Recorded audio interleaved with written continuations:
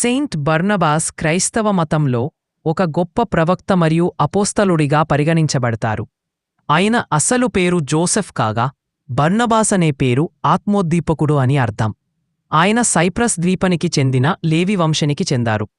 Barnabas యేసు ప్రభువు పునరుత్థానానంతరం క్రైస్తవ మతాన్ని స్వీకరించి ప్రాథమిక చర్చి యొక్క ముఖ్య నాయకుడిగా ఎదిగారు. బర్నబాస్ ముఖ్యంగా షౌలును, తరువాత పాల్గా మారినవారు అపోస్తలుడిగా పరిచయం చేసి మత ప్రచారంలో భాగస్వామిగా చేశాడు.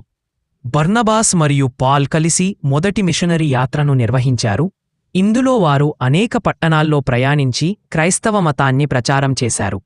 ఆయన బహుళ భాషలలో నైపుణ్యం కలిగి ఉండి ప్రజల మధ్య సత్సంబంధాలను ఏర్పరచడంలో నిపుణుడు.